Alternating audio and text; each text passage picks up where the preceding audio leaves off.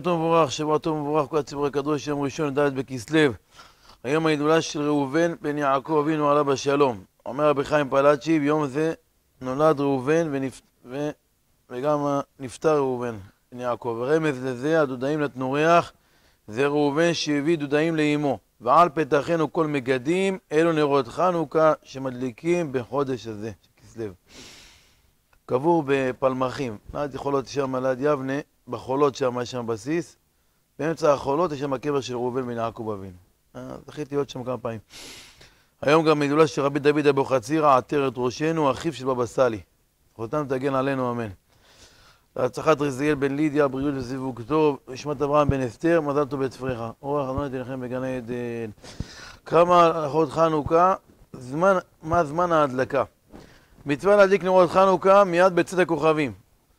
ההידור הכי חשוב בחנוכה, לפני הכל, להדליק בזמן. זה הכי חשוב שיש. יותר מכל ההידורים, תקנה חנוכיה מזהב, תקנה שמן זית כזה, תעשה ככה. אם אתה לא מדליק בזמן, שום דבר לא שווה. ההדלקה בזמן, הדבר הכי חשוב שיש. אז לכן אתה צריך להדליק ב-13.5 דקות, תתפלל ערבית בשקיעה הכי טוב, להדליק ב-13.5 דקות. וכל מה שמאחר בחצי שעה הוא מפסיד. זה לא רק להדליק בתוך חצי שעה, גם להרוויח את כל החצי שעה. אתה יכול או מ-13.5 דקות, שזה הכי טוב, או לפי הרמב"ם, ב-18 דקות להתחיל להדליק את החנוכיה, מתחיל החצי שעה לפי הרמב"ם, 18 דקות, ולפי הרב בן ציון הרמב"ם מתחיל ב-20-25 דקות. יש את האמת, האשכנזים נהגו להדליק בשקיעה. וגם יש הרבה מקובלים שהולכים לפי רבנו הארי, גם ברבנו הארי כתוב להדליק בשקיעה. רבנו הארי כתוב. אני אומר, זה טוב, הדבר הזה, לפעמים אדם ממהר, צריך לצאת, אין, הוא חייב לצאת, יש לו רכבת, הוא ממהר מאוד. יכול להדליק בשקיעה, לפי רבנו הארי מדליקים בשקיעה. איך אנחנו מחבר את הכל שכתוב. מקסימי כמו אשכנזי אותו. אז בפלאג רבותיי זה דיעבד גדול גדול. רק מתי שאדם אין לו ברירה והוא יגיע מאוחר, הוא לא יגיע בעמוד השחר ואין לו שליח, יכול להדליק בפלאג. אבל עדיף שידליק בשקיעה, בשקיעה זה הרבה יותר לכתחילה, במיוחד לפי רבנו הארי. יכול להדליק בשקיעה, במקרה הצורך.